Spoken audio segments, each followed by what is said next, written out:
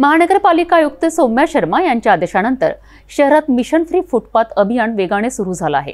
परंतु या अभियानादरम्यान एक धक्कादायक घटना घडली आहे।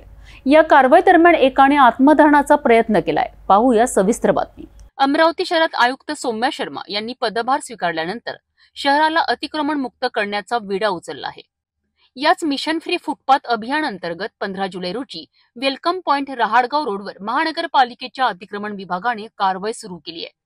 सकाळपासूनच फुटपाथवरील अतिक्रमणे हटविण्यात येत होती। कारवाई वेळी एक अतिक्रमण धारक व्यक्तीने अचानक आपल्या अंगावर पेट्रोल ओतून आत्मदहनाचा प्रयत्न केला।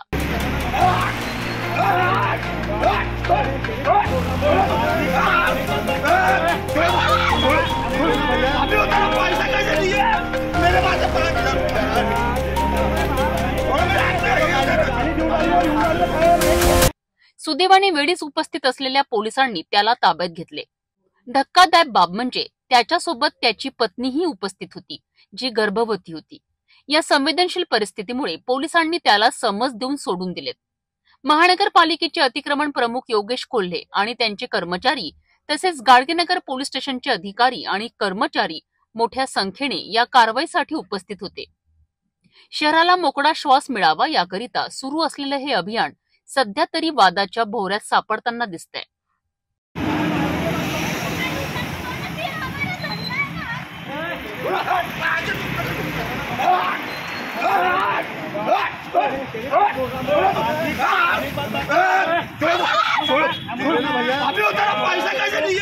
मेरे पास 5,000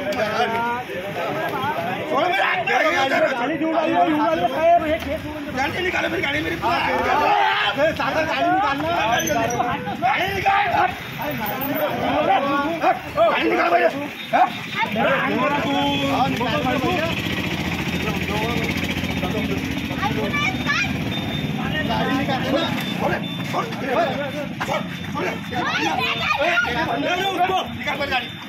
उसको माचिस मत लगाना, पूरा साहब आ रहे दे रहे बोले ना, नहीं मरने दे रहे, उधर जाके मारता मैं।